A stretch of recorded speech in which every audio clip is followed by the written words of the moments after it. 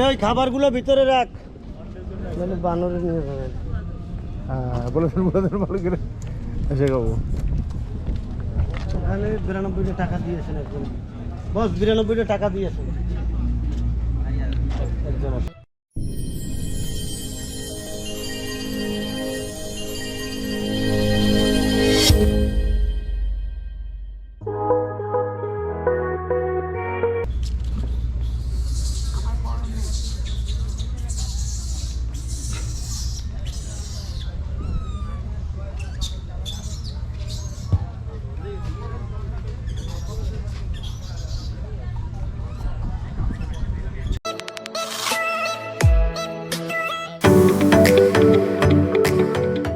প্রথমেই দেখা মিলল পৃথিবীর সবচাইতে ভদ্র প্রাণীর সাথে। বোট ড্রাইভার যখন ইঞ্জিন বন্ধ করতে যায়, আমাদের বোটে থাকা খাবার খেয়ে ছিটিয়ে নষ্ট করে ফেলেছে। সতর্কবাণী হলো এই যে আপনাদের খাবার সঠিকভাবে রাখবেন, এদের হইতে সাবধান থাকবে।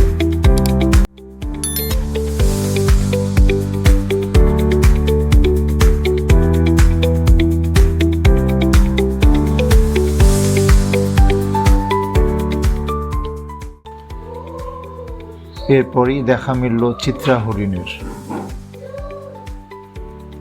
আমরা হরিণকে খাবার দিয়ে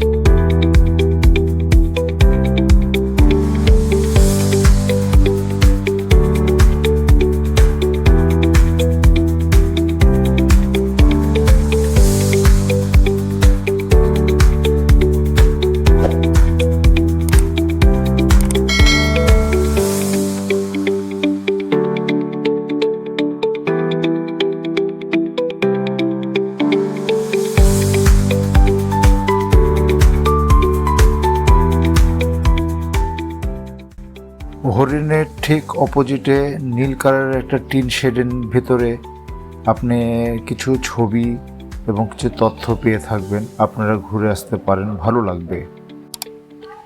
এই পরশু নদীতে তিমি, ডলফিন এরা বাস করত। এরা কখন নোনা পানিতে আসে, কখন মিষ্টি পানিতে চলে যায়, এসব তথ্য আপনি এখানে পেয়ে যাবেন। এবং আরও জানিয়ে রাখি, সেটেশানরা পানির নিচে কিভাবে থাকে, তারা কিভাবে বাঁচতে পারে, এসবেরও ইনফরমেশন আছে। এবং একটা সেটেশানের কঙ্কালও এখানে রাখা আছে, দেখুন ভালো লাগবে।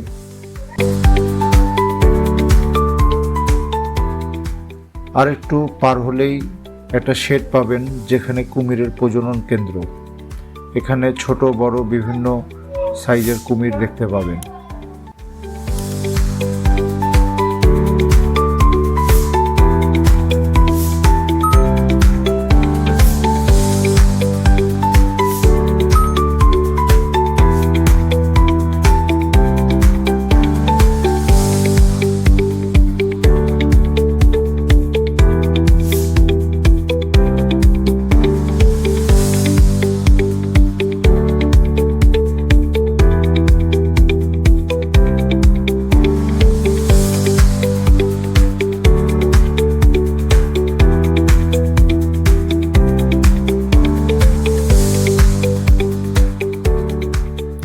করম জলে নেমে 92 টাকা প্রবেশ ফি দিয়ে আমরা করম জলে প্রবেশ করি। পর্যটকদের বিনোদনের জন্য করম জলে ঢুকতেই বন্য পশুর দেখা মেলে। এগুলোর সাথে কিছু সময় পার করে আমরা হাঁটা দিলাম বনাঞ্চলের ভেতরে। কখনো কখনো জোয়ার ভাটার কারণে বনাঞ্চলে প্রাণী প্রবেশ করায় এখানে পর্যটকদের সুবিধার্থে বন বিভাগের তত্ত্বাবধানে কাঠের ট্রেইল নির্মাণ করে দেয়। তারপর হাঁটতে হাঁটতে দুপাশে সুন্দর বনের নতুন পুরাতন বৃক্ষ দেখা মেলে। এই অপরূপ দৃশ্য আপনাকে মোহিত করবেই।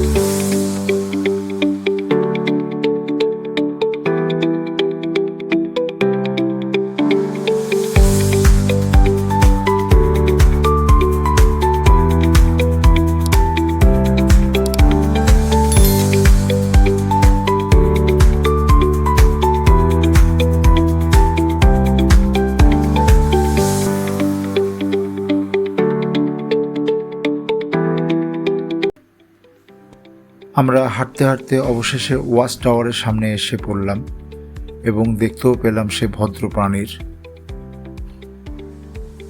তো ওয়াচ টাওয়ারে উঠে আমরা এই গহীন জঙ্গলের প্রাকৃতিক দৃশ্য খুব সুন্দরভাবে উপভোগ করা যায়, অনেক দূর পর্যন্ত দেখা যায়।